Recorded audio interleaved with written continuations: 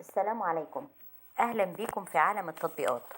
لو أنت مهتم بالجديد والمفيد في عالم التطبيقات، تقدر دلوقتي تشترك في القناة وتفعل الجرس علشان يوصلك مننا كل جديد في عالم التطبيقات، ونقدر نشرح لك كل التطبيقات المهمة في حياتك، سواء كانت تطبيقات محلية أو تطبيقات عالمية، زي تطبيقات السيارات، تطبيقات العقارات، تطبيقات التعارف، التطبيقات اللي بتسرق بياناتك أو بتستنزف حساباتك. النهاردة هنتكلم عن تطبيق سوندر.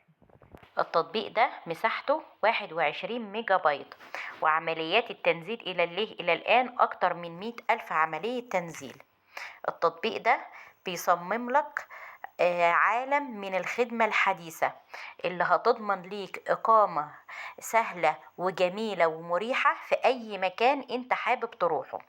التطبيق ده هيخليك يعني لو انت بتسافر كتير او بتقيم في فنادق او في شقق ايجار لشغلك، التطبيق ده هيغير مفهومك، لانه هيغير لك الاماكن وهيفتح لك الافاق لاماكن انت هتقدر تسكن فيها. سوندر بيجمع بين المساحات الملهمة والتكنولوجيا البديهية علشان تتمكن من تجربة أفضل للإقامة، سواء كنت في رحلة سعيدة أو أجازة طويلة. فالمجموعة المختارة من الغرف والأجنحة الموجودة على التطبيق والشقق هتلبي احتياجاتك، وبتتميز جميع المساحات بتفاصيل التصميم والدخول بدون مفتاح، وكمان خدمة الواي فاي المجانية.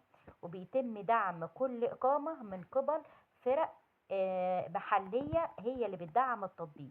تقدر تكتشف افضل طريقة مع تطبيق سوندر في ان انت تتخطى مكتب الاستقبال باستخدام ميزة مفتاح الهاتف. يعني انت بدل ما تروح لمكاتب وتتفرج على اماكن وشقق وفنادق، لا، التطبيق ده على تليفونك هيقدر يوصلك لكل شيء. تقدر كمان ان انت تتصل بفريق الدعم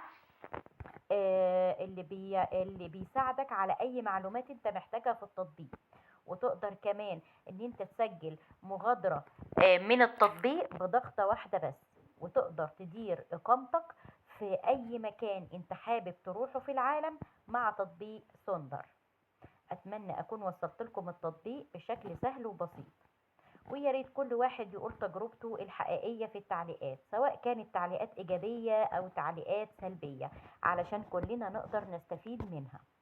ولو انت شفت الفيديو ده بعد فترة ولقيت فيه أي تعديل أو تحديث في التطبيق، يا ريت تبلغنا بيه في التعليقات علشان نقدر نعمله تاني ليك بشكل أفضل.